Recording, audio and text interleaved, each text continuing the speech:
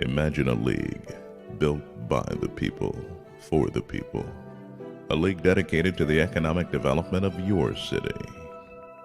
So the question becomes, how good are the 32 teams that play in the minor football league? Well, there's only one way to find out. You have to experience the MFL.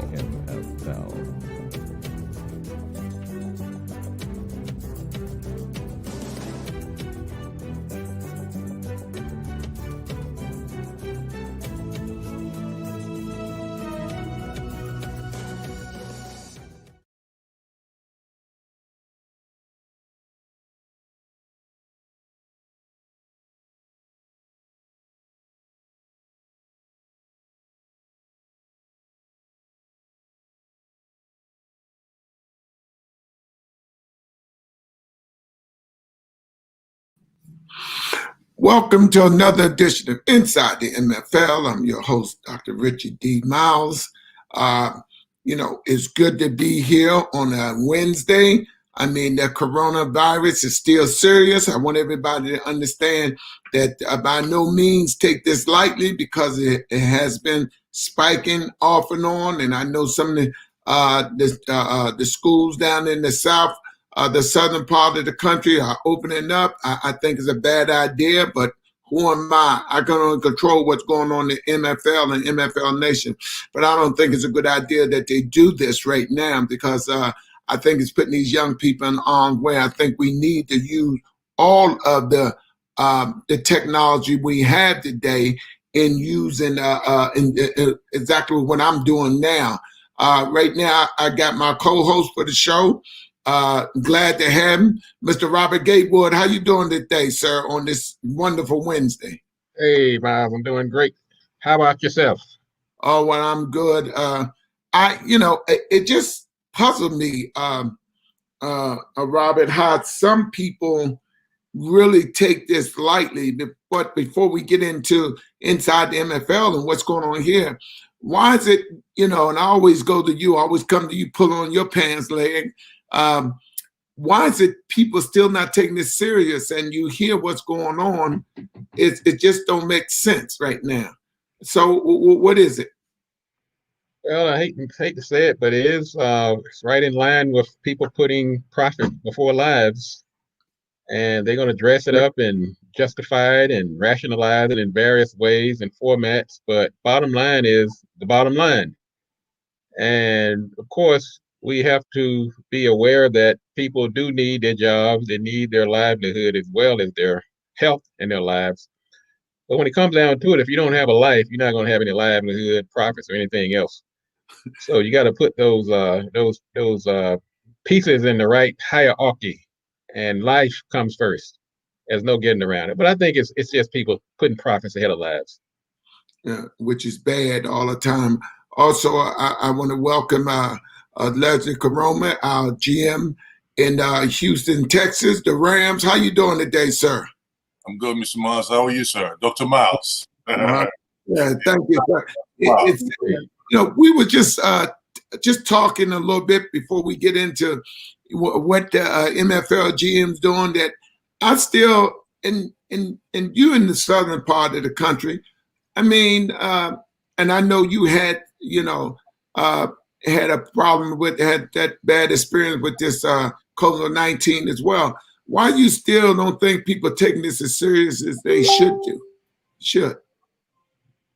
Well, I think is part of it's got to do with some politics. I think a lot of folks they're listening to a certain part of the political spectrum where they're getting the wrong messages, and it's sad to say, folks out there look up to leaders. And I'm not saying the reason why I say it's sad because you ought to have a self-initiative to think for yourself, to understand that what's out there is dangerous and it can kill you. You don't have to listen to anyone to tell you that. The numbers are out there, the medical professionals are out there. They will tell you exactly what it is, and it's not like it's a secret or make believe. It's happened all over the world. Folks have died around the world. So I don't understand. I mean, it beats me for me to understand why folks would have this kind of attitude towards such a deadly disease like the COVID-19. You know, attitudes, lack of self-initiative, and some of it is absolute recklessness. You know, it's just total recklessness. You know, just folks who don't value their lives. You know, yeah. It's a shame, and I hope I didn't cut you off, that, you know, in talking to Mr. Gatewood, and he was saying it may be due to people have to go to work. We understand that, but you don't want to, I don't think it's worth risking your life. I mean, and then there are some things that we can do to do prevention as well. I mean, Mr. Gatewood, is people don't want to wear the face mask. They don't want to wear the gloves. I can see not the gloves all the time because you're constantly washing your hands. But come on, Mr. Gatewood, no face mask? Well, it's strange how the people are conducting themselves across the spectrum. I can be in this one building and go from one end of the hall to the other and see 5 different varieties of how people are reacting to the virus. Some will have on a mask, a shield, gloves, and a hazmat suit. And then you have another person across the hall that won't have on anything. And they're stopping, just talking to you, just spewing out their, you can see the fumes coming out of their mouth. And you're trying to move on, get on down the hall. And you feel like you're in a different world. It's like it's a bizarro world to have such extremes in such a short period of time. So I think, like Leslie said, sometimes it boils down to what's your political beliefs. It has nothing to do with science or facts, or what political ideology are you aligned with. You believe the red state folks who just don't want to wear a mask for any reason. And they have some people in the blue who wants to mask up on everything for every reason, from top to bottom, head to toe. And then sometimes it's like I said, there are different. There's religious belief. There's people have different homes environments. Some people who are single and feel like they're just out here. They don't need to, especially on the young people. They look, I'm living alone. I don't have to worry about giving it to anybody. So I just want to go ahead and live life. And then you have somebody who has a family at home and an elderly person they're taking care of. They have to take those precautions. They don't have the luxury of being careless about it. So the problem is it affects everybody. It doesn't matter what your situation is at home. If you are an asymptomatic or you're a pre-symptomatic carrier, you're going to spread that disease to somebody else if you're not being responsible and at least covering your own mouth or your mask or masking up. And I'm just, I guess it's kind of, it can be baffling. It can be baffling. And I think that there is, I heard the quarterback, Kirk Cousins, he came under fire today. He made a comment. He brought up the Darwinism and all kind of survival of the fittest. And so he's taking a lot of heat because he was kind of in that same mindset. Of course, he'll probably come back tomorrow and retract it like they always do. That, look, I just want to go out here and live. If I get it, I get it. If I die, I die. I'm like, come on, but we don't live in a vacuum. There are other people that are affected by your decisions. And they just talking most of the time, most players like that, he haven't done nothing, been getting away stealing money. So he needs to say something, get some kind of relevancy. But as you was stated earlier in that red state, but I guess they've been wearing masks for so long and they don't have to wear it now. Thanks to 45, they don't feel like they need to wear it. But also I would be remiss if I don't acknowledge the past of one of the great coaches in the country, and John Thompson. I knew him very well. I know his sons, and I mean, this was somebody that I know personally. It's not that I knew of him. I knew him. I remember when he came from St. Anthony and took the Georgetown job, and some of the guys I grew up with, Lonzo Holloway, say he going to Georgetown, and me, I'm like, oh man, Georgetown. Because in those days, Georgetown, like, yeah, all right, nobody care about. We knew, not that I was naive, because I understood then Georgetown was a great academic school for Caucasians. So that see that these guys was going there, and the fact that Coach Thomas gave him an opportunity to come there, and just goes to show you, in certain environments we can excel just like everybody else, because a lot of people don't realize being an athlete is twice as hard. Because of you're an athlete and you have so many things going against you, you have to stay eligible academically. Then you got to go to class. Then you got to practice. Then you got to do all these other things. Besides people looking up to you as, and then sometimes it depending on what part of the day or where you at, that you're not black. Then you know what I mean. You're that athlete, or else. Or more importantly, you that athlete that go to Georgetown. Georgetown, then athlete. Your skin really doesn't show, but that's really on surface. Underneath, I know that he had to do a lot of things to really deal with over there, and have to give these guys an opportunity to come there. So I just wanted to, give everybody my condolences, especially John Thompson family. That we feel for him, and it's a shame, but the guy did a lot of great things, and he set the tone for a lot of things. When y'all say, gentlemen? Oh yes, I think people like Allen Iverson and Patrick Ewing, they owe their livelihoods to Coach Thompson, and I think they acknowledge it much too. And it was the things he did off the field as well. So he is one of those giants that we lost. 2020 has been a tough year. Yeah, really. And it's just the numbers just keep piling up. I'm just ready to hit the fast forward button and get through this one. But we start losing people like Coach Thompson, and then we had Chadwick Boseman this week, and the list just had Kobe Bryant, and the list just keeps going on and on and on. So we just add. And what the sad part about that is when we have such people happening such fast succession, we have to kind of pause and make sure we give each person their due and their reverence. Like Coach Thompson, let's hope nobody else happens right after him. So now we got to cut his acknowledgement short and move on to the next person. It's been that kind of year, and it's unfortunate. I really feel it's that's a great loss. It's a really, really great loss, and he made a tremendous mark on the lives of the sports, on the lives of the players, and on the sports itself. So yes, he will be missed. Yeah, that was a giant of a man on many levels. I mean, literally a giant. Let's just say, it's a big man, and a big man in stature, a big man in his reputation, a big man in the big heart he had. He cared for his players as if they were his own kids. That's not a secret. I don't know him personally, but I've heard so much about what he did and how he carried himself, and how he created a platform for his players. From the famous one to the ones we don't know about. How much he made. So you can tell the impact that he had on those gentlemen.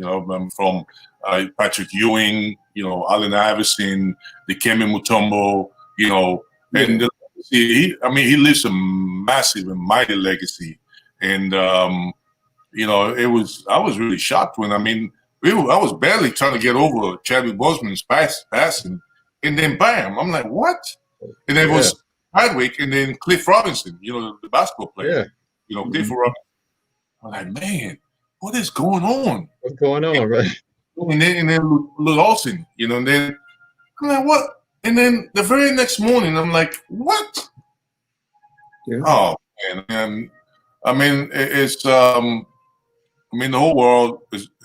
I think we all agree on the point that I don't know what this year is about, what kind of year this is, or what God is trying to tell us, or how we living. If it's a lesson here, that's one heck of a lesson, because this is a year unlike any.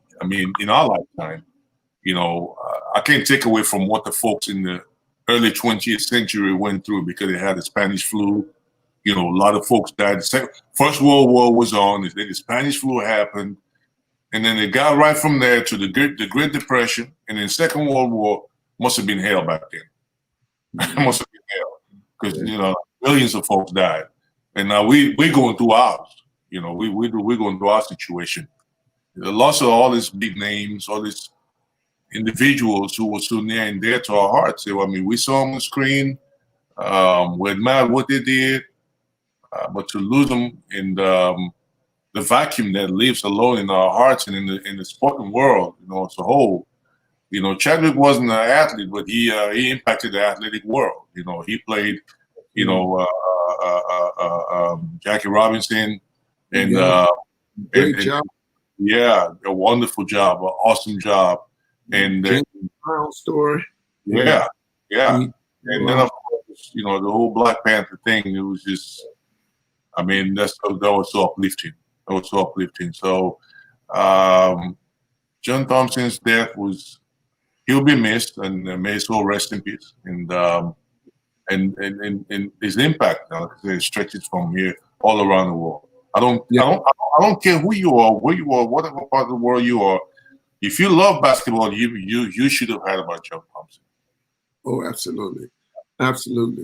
And I tell people all the time, you know, I kid with people, and they always call me, you know, I always say, because when I call people early in the morning, and I think I call you a lot too, Robert. I always say God's in charge. You know, people think they're in charge, but you know, God's in charge.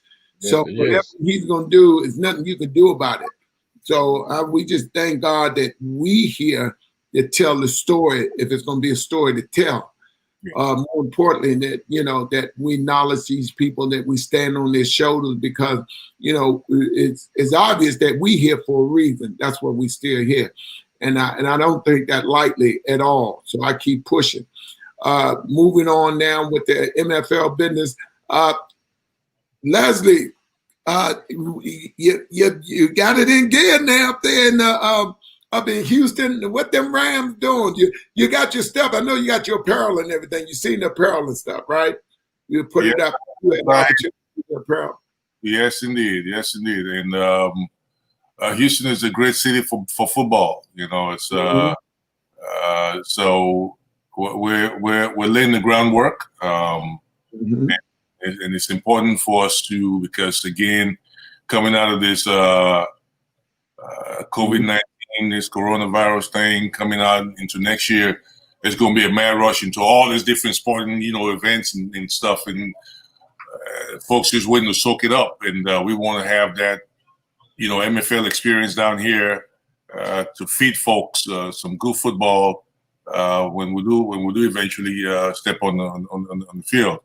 So yeah, we're doing our thing here in terms of trying to get ready, you know, laying the groundwork, looking, you know, trying to get a suitable facility that would be accessible to lots of fans. I've been putting the word out there. We got folks who are looking forward to it already. You know, on a personal level, we need to do a lot more in the media space, try to talk a little bit more about it on local media down here in Houston. And that's what we're working on, you know, trying to lay that foundation for that. So, yeah, Texas is big on football, it's period. You know, it doesn't matter what, you know, it's just down here, you know. It's up to high school to college. Big. High school, college football, you name it. I mean, so bringing the MFL down here in the mix, trying to get it in the mix, I mean, it's just something that will be very highly appreciated, definitely highly appreciated, and the market is out there for it. And we know definitely a lot of players in development who are looking to get on the field again, you know, play coming out of college or whatever situation. This is a great opportunity for them, you know. So the Texas Rams are ready to go. Yeah, we're ready to lock horns. We're ready to lock horns down here. That's right. Yeah, you're putting a part over there. That's right, Mr. Hall. You know, over there with the Cardinals in Eastern Texas. But I also want to ask you about, I know you've been having big meetings and other things that, because we are going to Africa And I know what your, that other hat you wear. I heard some big things going on. Why don't you fill MFL Nation in on that? I know y'all been having a lot of meetings and stuff. Yeah. Well, yeah, basically, the African Sports Ventures Group, which is the other hat I wear, a sports solution and services company that's doing big things in the sports space, trying to shape up the sports industry in Africa. And obviously with the, looking forward to bringing the American football, the MFL to Africa, and look, this is but the right time in history for such a thing to come to the continent. Look. I mean, I can't overstate or understate whatever it is, whichever way I want to state this. But I'm excited about the fact that we can bring football to Africa, and I mean, looking at the NFL here and the demographics of players that play in there, we know definitely there's tons of players on the continent that's ready to put on the helmet. Well, the last couple of weeks we have been busy. We signed an MOU with a French sports equipment and manufacturing company, the Abeyo Group. It's a global conglomerate. We signed an MOU with them in a partnership.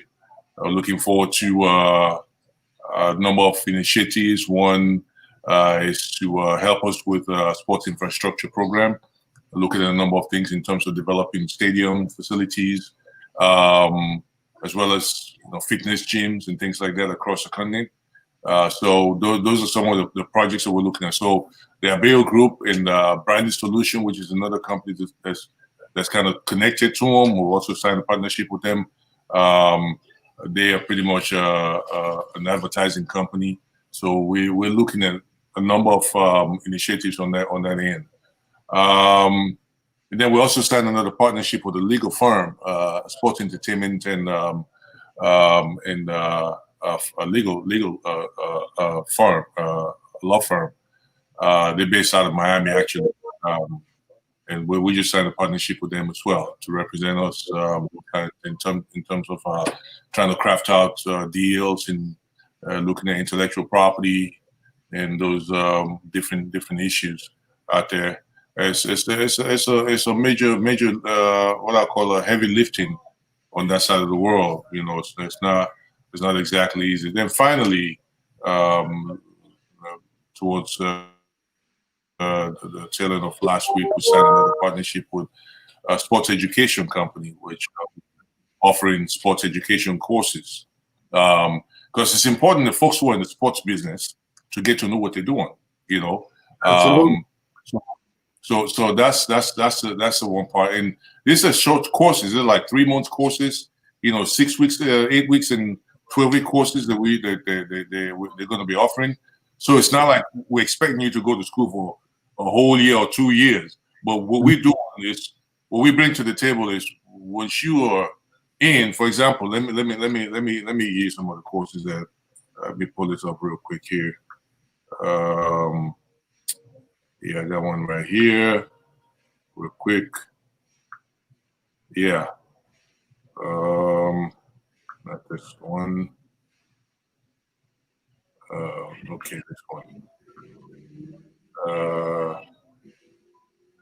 No, I think I got the wrong one. I know Robert particularly interested in that kind of. We're offering some really short courses that we feel will be very important for a lot of people who want to enter into the business. Sports management. I'm sorry. Sports management, on the abbreviated thing. Sports marketing, product marketing. Yeah, those type of courses. Esports, which is it's going to be a big thing because of the millennial generation. So then type of courses, so just about 3 months long for most of these courses. You get to take them, and then you get mentored by they have a vast network of former athletes and for sports executives who are mentors in the program. So those will be available as well to mentor these graduates coming out of these programs to kind of get them situated. We're kind of trying to get them situated. So we're going to create a version of it in Africa and have those courses offered, kind of empower the space. You know, the thing about Africa is got all the talent, got all these opportunities in whatever, you know, all the resources out there, but we're not kind of measuring up on that side. You know, so the global sports industry is worth about $700 billion, soon to drop $1 trillion, right, annually. But if you look at the market in Africa, because of the lackluster performances in the not so well-structured system, you know, you have folks are not really tapping into the market the way they're supposed to, you know. So you can say of that $700 billion, Africa can only account for about 10 billion. That's just that's a pinch. That's just a little, you know. So what we're doing is to try to help shape things and start to get folks to understand, you know, like you got a great business model, the MFL, you know, and being part of this and seeing the organizational model and what's going on in the MFL, like I said, the MFL will soon shoot up to the next stratosphere. Like I said, for me personally, I just want the MFL to be that football program that takes that bigger stand in Africa. We don't want to wait till the other guys start to run and see, because now the NBA is ran over there, right? The NBA set up shop over there. Now, Major League Baseball is making overtures and whatever. You know, we want, in terms of football, we want the MFL to be that name. We want it to be that brand on the continent that pushes American football out there. So, I mean, what we've been doing, Right. And we definitely going to do that. And I know with as far as the economic part of it and stuff, Robert, I know, Robert, you know, I'll hand that to you, because with the impact we're going to make, not only just football, but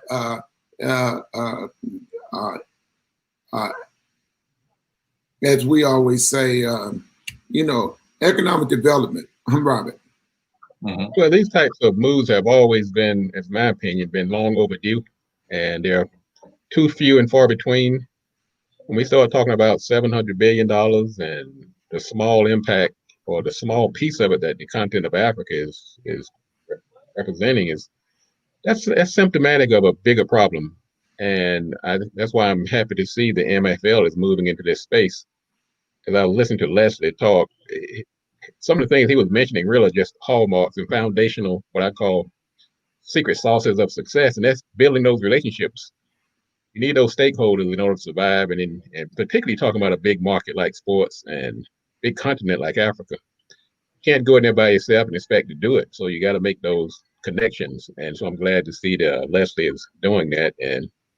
But the size and the amount of money and the scope, when you start talking about Africa in this sense, I mean, it's almost like it's a tale of two cities, because there's so much promise and potential. I remember the great scholar John Almeric Clark. He used to talk about the Europeans that would go into Africa. He would say nobody ever came to Africa to do it any good. They always came to take and not to bring. So I think what by the MFL going there is going to be, of course, challenges, because history has been a great teacher of the challenges that lie ahead, but we also know the opportunities are beyond measure.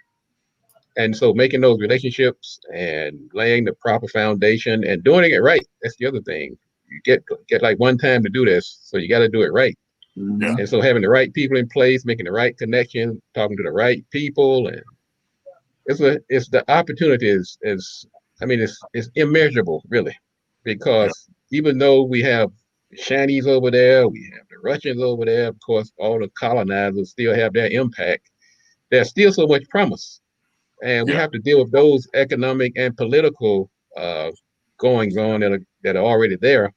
But by having those right people on the ground, that's going to help us navigate those waters. And like I say, there will be challenges, but those challenges will be overcome by the monumental opportunities that lie ahead. But you know, and I tell people all the time, if it was easy, everybody would be doing it. Yeah. And you know, being African descendant, hey, just tell you, we ready for a fight. We've been fighting up here for 400 years. We've been here. and we Oh still, yeah. gentlemen. So that tells something about us and about the MFL. We going over there. We looking for a fight. You know, Yeah, it's like we've been working out for this moment. You know, like in sports. We're 400 years to get ready. So when we come there, more importantly, as Robert stated, Mr. Gatewood, you know, we're not coming to take anything. We come here to enhance, and we come here and bring something that scared the Jeebie creatures out most of all of them. That's now we coming with ownership. Mm-hmm. We want people, African, own the franchise. You know what I mean? You know, and that's the great thing. And yes, you know, sports is a universal type of language. You know, people, that's a language that everybody understands, even if you can't speak it. And more importantly, when we go there, we want to make sure that, you know, we want to make sure people, Africans own these franchises. Now we got the connection because the other half of the league is here in America. Right. Okay. See, we're going to bring something that never been dreamed of before.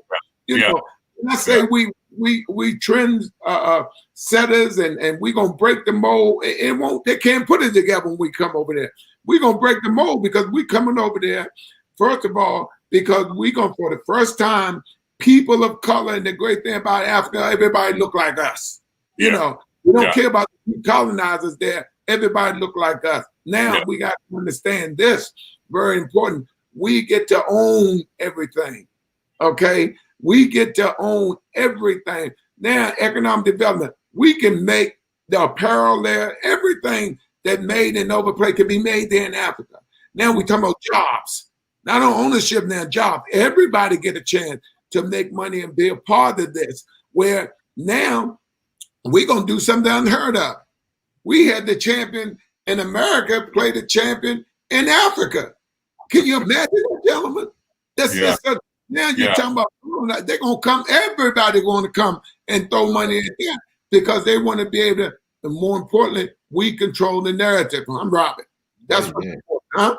Mm-hmm. Well, ownership, as we know, is the key. And there's no getting around it. I've been watching the stock market lately, and some of these places like Tesla and Apple, they have these 5-1, 4-1 splits, and it just should put everybody on notice the importance of ownership. If you own product, you own your company, you own the narrative, you call the shots. And so the fact that the MFL is making this imprint and making going in here as owners, we're not going in here as on second base or following somebody else. MFL is leading the way. Just the thought of that. This is history making. This is. We should be. It's too early to spike the football yet, but we should be start winding it up. Absolutely. And when you think about it, Robbie, you're right. You know, you have all these different colonizers landing on the shores of Africa, but this time we're gonna be landing. Yeah. Now you can run. Now you can run through us. They can say, wait a minute. These are our people. Now this is unheard of, gentlemen. And I tell people all the time, don't take this lightly. Can you imagine, gentlemen? You know, the door of no return. Then you got people returning. This is our descendants of Africa. You know, okay, we didn't fought our way back. Yeah. Mm-hmm. That's what's so important, gentlemen. We fought our way back. Okay. That's within itself. And I know we had a meeting, Dr. Olawale and stuff. We met with last Sunday with one of the kings over there. I'll give you his name in a minute because I'm, once I go on the road, y'all, I try to keep my thoughts. But he said, Mr. Myles, we want to make sure that our spirit here, to make sure we had all the media there. Because this is something, we tend to downplay the wrong things. You understand? This is something that you need to really you show up and show out with it. Because we coming back. Robert stepping, we're not going to roll our pants up. We're just going to walk in the war with our shoes on and walk on land. We're not going to take up and roll nothing up because we have survived and we're coming back. And the significance of that is now everybody always say when I go to Africa, it's so refreshing to see nothing but people of black people. Now it should be refreshing to see black people coming. You know, we coming home. The call been out for years. Come home. Isn't that what the call been for a long time? That's what it's for a long time. Right? Come on, for a long time. That's what they say, Leslie. Yep. We coming. Yeah. We coming back. We're one of the few businesses over here that's not we're not puppeteers for nobody else. We're not the puppet. We don't have no puppeteers controlling us. You know, Robert, we don't have that. Well, I mean, I'm glad I'm seeing, you know, all the stages set, the stages, you know, all the things that you're looking for, all the benchmarks are being situated right now in terms of the return, the reunion, you know, and all of that. Matter of fact, when last year, the year of the return, which was 2019, you know, 400 years after, you know, there was such a massive, you know, movement, celebration, you know, reunions that happened.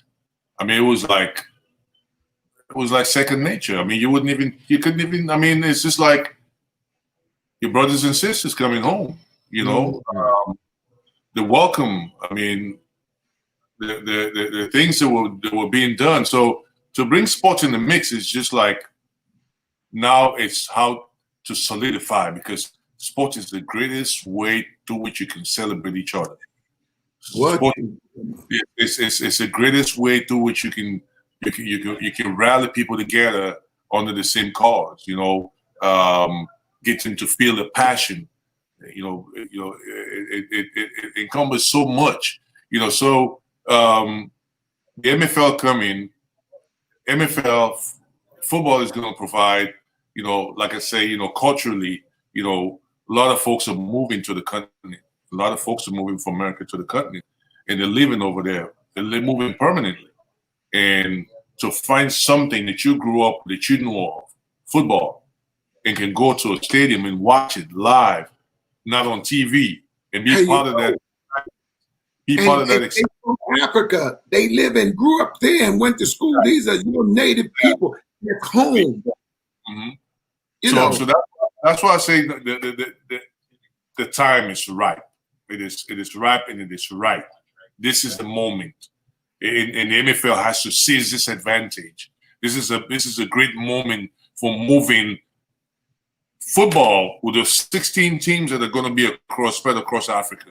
This is the right time for it. You know, because you couldn't go wrong with this moment. Go wrong with this time. This is the right moment. Time. Yeah. I just get excited, and I tell people all the time, the MFL coming with or without you. And we tell them we're part of it or a victim of it. We don't care. We are coming. We are here. And what's so significant about it, these guys don't have to worry about trying to get to America to get in school that you're going to be taking advantage of. Now you have people we're going to teach everybody. It's a shame that the players over in America don't understand that they're not safe. They're only safe for the time that their youthfulness is still there. When their youthfulness is gone, then what?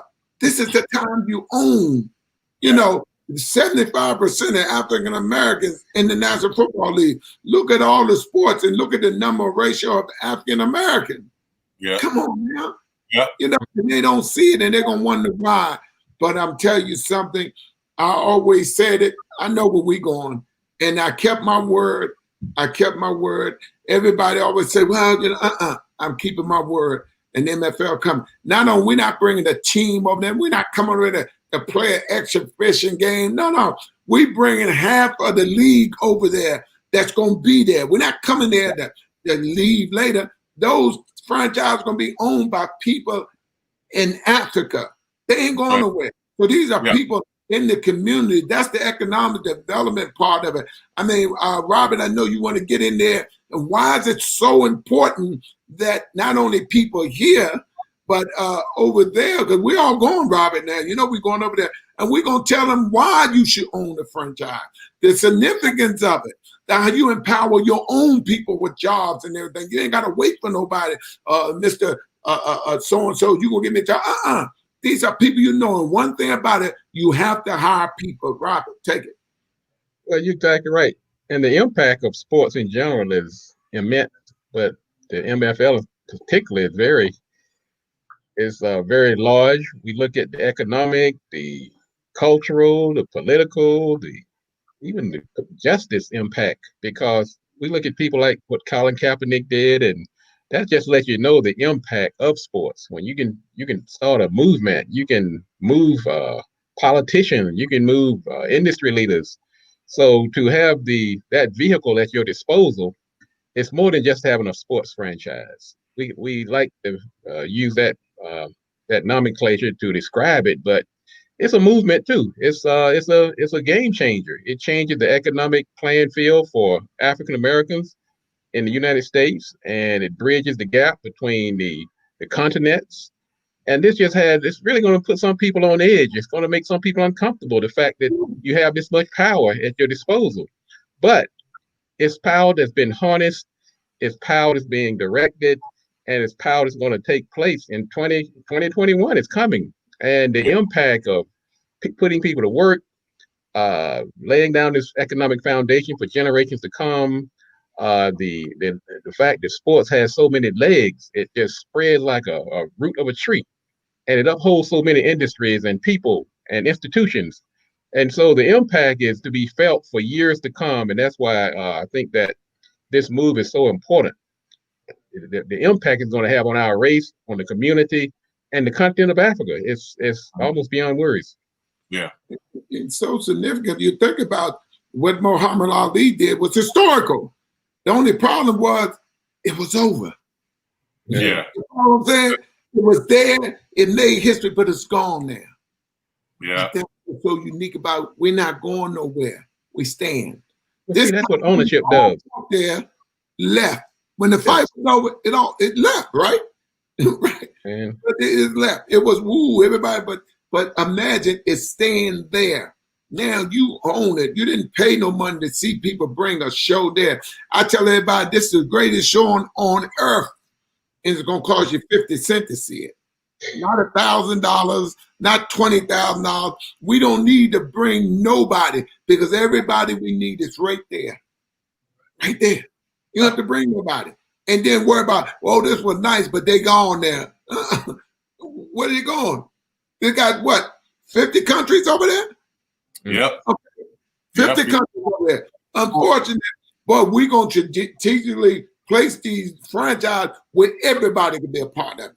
Everybody can be a part of it. You know, everybody, you tell me, well, why you split the league? It's other part. We was on the, I think Dr. Freeman was on the show, and they said, well, what about the rest of the country over here? What about them? They don't say that to us. You know what I mean? Now, when you got control over things and you control the narrative, then what? No. Okay, we did the feasibility study. It didn't work out for those areas because we know where 16 of them was going. You know what I mean? So don't even count. You know, 32. No, you count 16 because the other 16 is over in Africa. Right. Then that's something I heard of. And just imagine this. You get a chance to match your skills against the best that America had. Okay, we're going to match skills against the best, but keep in mind now, we all African Americans and Africans. You know what I mean? Imagine that. Imagine that. That's the great thing about it. Yeah, and you mentioned the economics of what happened during Rumble in the Jungle, right? Mm-hmm. Imagine that on a continuous basis, right? Yeah. So we're not just talking about a one-off event. We're talking about, just like you said, something that's going to be there within communities. It's going to employ folks, right? This is a bread and butter issue. Folks got to eat, you know. Are you providing employment for them? You're providing opportunities for them. You're providing opportunities for their children, you know, to have more better opportunities. Work is one thing, but those kids are going to grow up and they don't want to play football. There you go. They want to play football. Now, you don't just have to think about one league, one single league in the world. Now, we got this other league here, which is going to grow and be as big as any other league out there as well. So now you got kids who are going to grow up looking at this opportunity like, wow, Wow. You know, I mean, it's an understatement. I've actually dealt with a number of folks over the years who've been kind of toying with the idea. You know, when they had NFL Europe, people were talking about, or why not Africa? They made all the excuses in the world about why not Africa. You know, so hey, the MFL is taking the onus to step up and do the right thing and go to the right place where the talent is and where the opportunity is also as well. So because you have a whole new dynamics, emerging out of Africa. Africa is an emerging market, and right now, Africa is considered to be the last frontier, the final frontier. Definitely. And the laboratory of change is coming there. And that's what's so unique about this, Robert. You know, you think about these kids, you're right, they're going to grow up and the league is there. They ain't got to try to worry about seeing it on TV. It's right there, Robert. How significant is that, Robert? I was thinking about great Chadwick Boseman and how he inspired the young people. Oh, he inspired me because we never had a super black hero. Yeah, and so I see some parallels between what you're doing and what happened during the Black Panther when he came out in 2018, and that you're inspiring a whole nother generation of young people on what's possible, and we need more of that. And the big difference is that this is not fantasy land. This is not some land that made up. This is reality. Right. Yeah. That's the big difference. This is reality. It's reality. It's reality, and we're excited to see the day when the first set of matches are going to be played, whether it's preseason matches or the actual regular season. It's going on over in Africa. But the great thing about it, Africa get a chance to have the World Bowl there along with over here. I can imagine right now, Robert, a lot of people going to be fighting over that for money. What do you think, gentlemen? Well, go ahead. Okay, whenever money's involved, you have to hold your friends and keep your enemies close.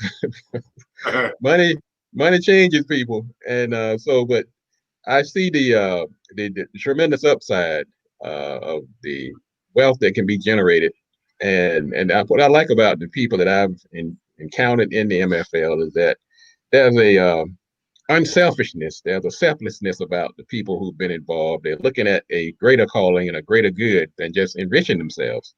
And that has a good outcome. When you go into it just trying to make a quick buck or to enrich yourself only, it usually it's like the old saying, a fast horse doesn't run long.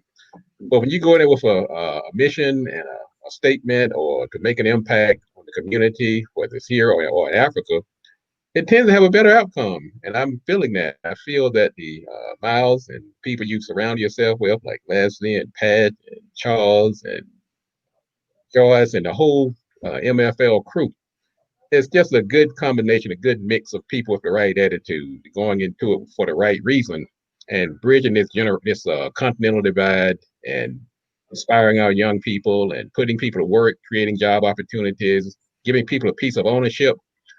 These are great, lofty ambitions that are now within reach, that were out of reach for many people for so long. So that's just a noble objective. That's gonna, if there's anybody who believes in that, what happens, good things bring other good things, then it just got to be a good fit between everything that's going on. So I'm looking forward to it.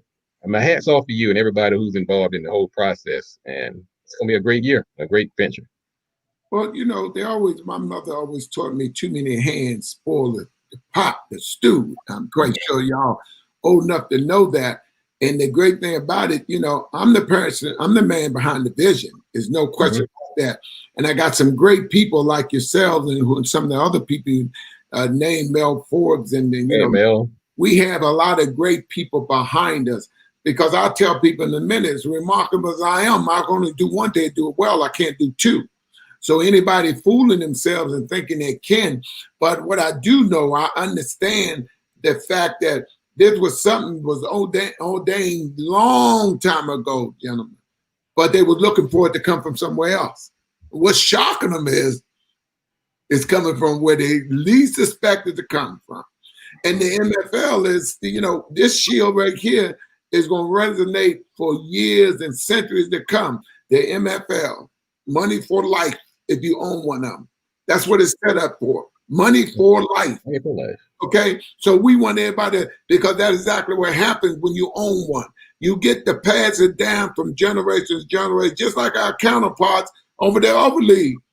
Those are same people, families own that. So when people talk about, well, I want to buy this, how are you going to buy something that, would you sell something generational that you pass down to your family? Would you sell it?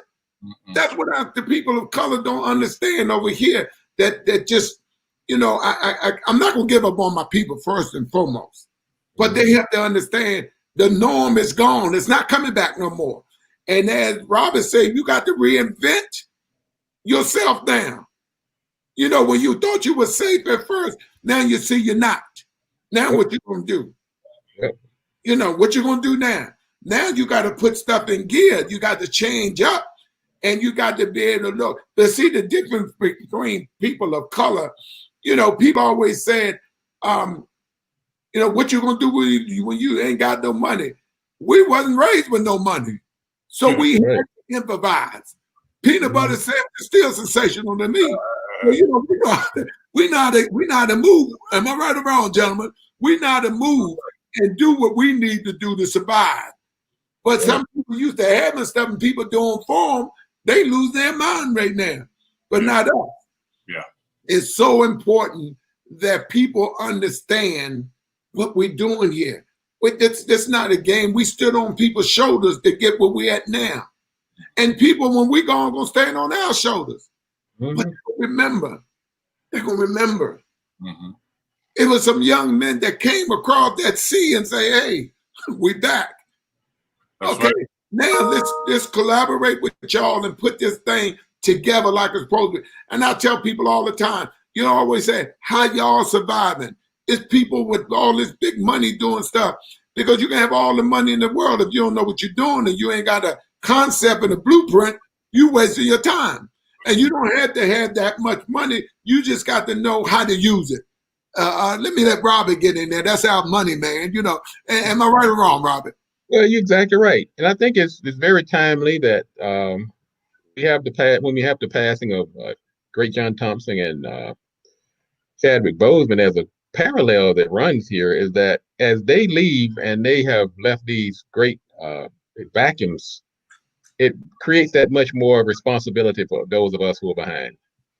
It just because they passed doesn't mean that suddenly the impact that they were making is now going to be left empty. That means we have to step up to the plate. That means we have to carry Wakanda on. That means we have to go out here and create the next Allen Iverson, the next Pat Ewing, and everybody else who he touched. And that in itself would generate that economic foundation. That starts that foundation of putting people to work and building a new generation of people who understand the value of ownership. So the torch has been passed once again, and the question is, do we step up and grab that torch, light the fire here, and even take it across the sea to Africa and bridge these continents and create even some synergy that we've never seen before?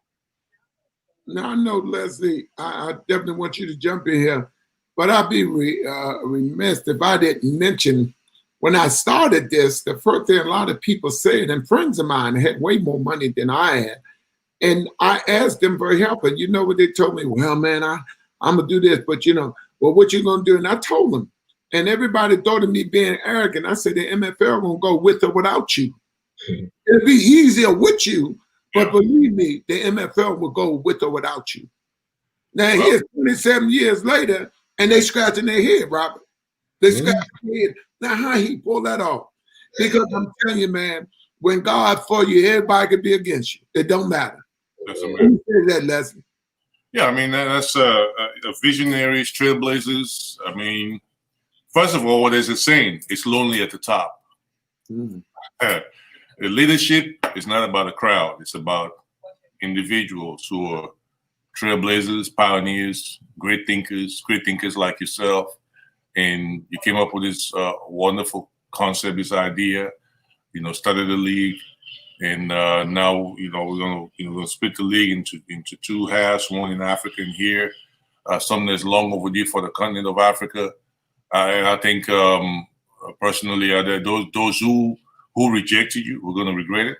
Definitely going to regret it. I can guarantee you that. Well, they're doing it now, but we ain't answering no calls, huh, Robert? Yeah, it is what it is. Look, there's a beauty in what you're doing, and the building is from the ground up without all that, stuff is dragging you down, whatever. It gives you a level of satisfaction at the end of the day of having built it from the ground up to be what it is now, and going to be bigger than what it's going to be eventually. Man, your name is going down in history. I mean, definitely going down in history. And the thing about it is, this is not just about the creation of what you're doing. This is about the lives that are going to be impacted. Mm-hmm. There's lives, thousands of lives that are going to be impacted. Those who are going to be directly employed, whether it's in the player, as a player or as in management, or whichever category. Those are going to be impacted. Communities where these teams are going to be situated.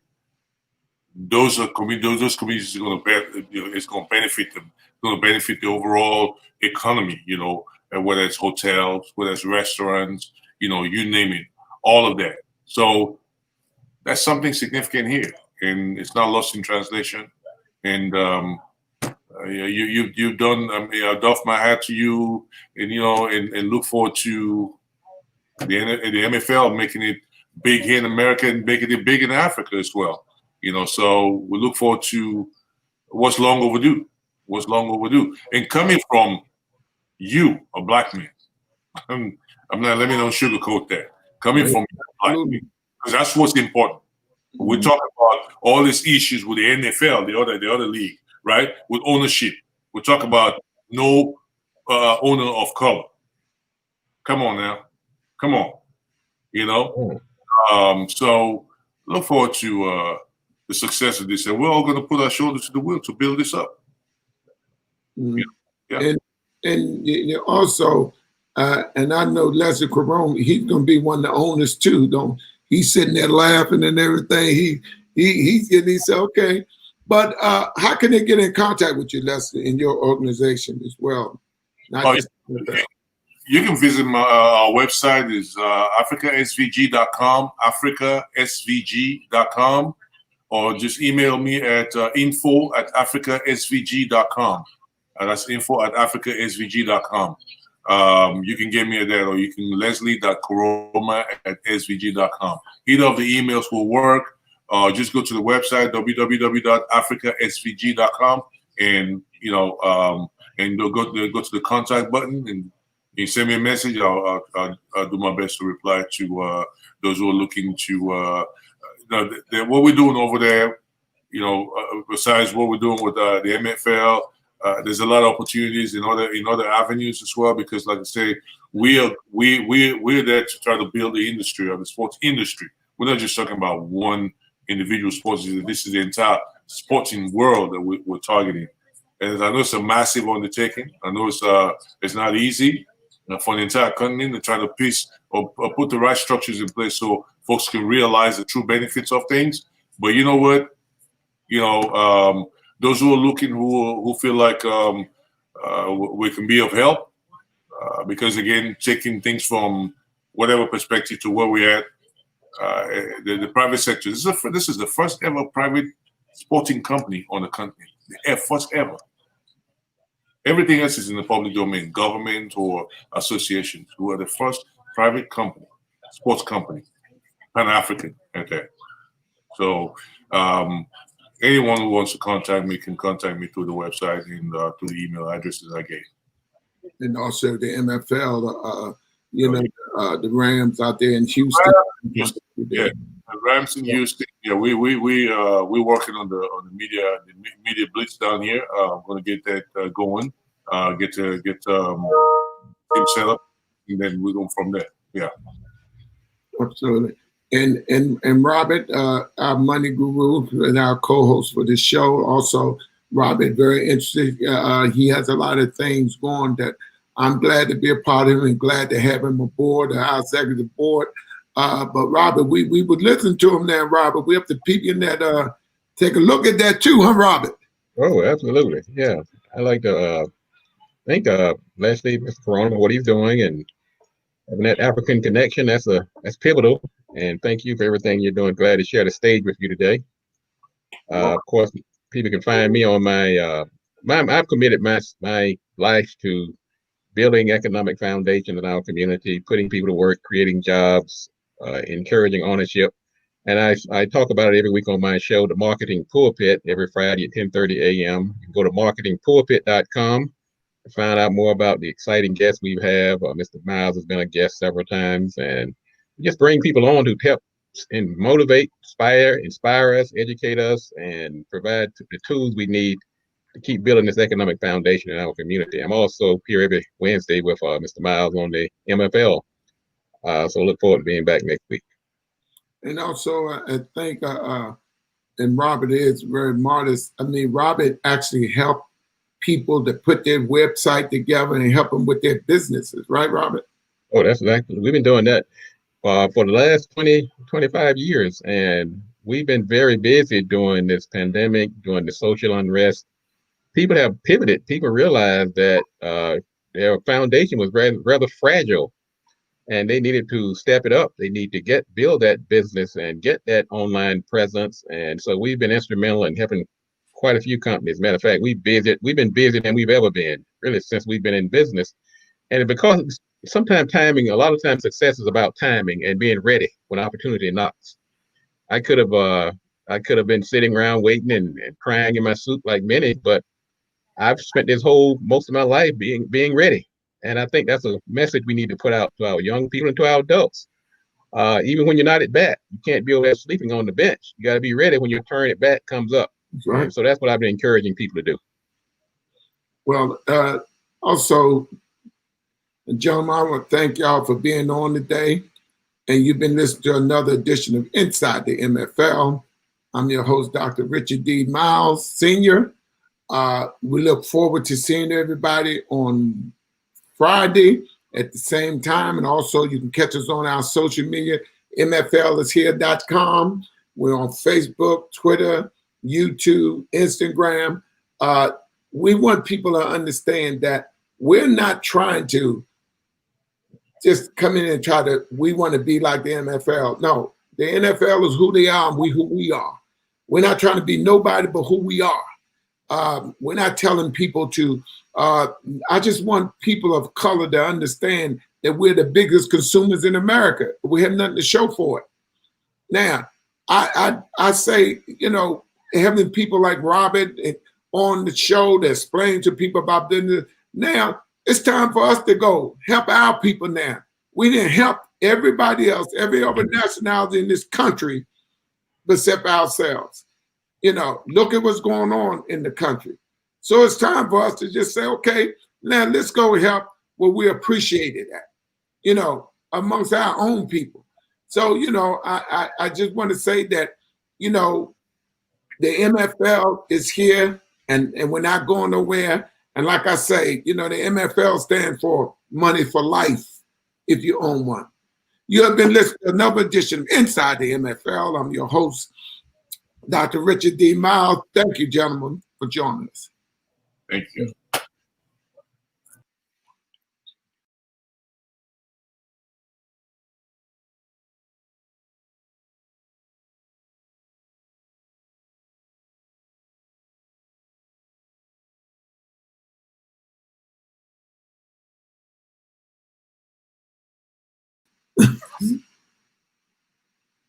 Oh.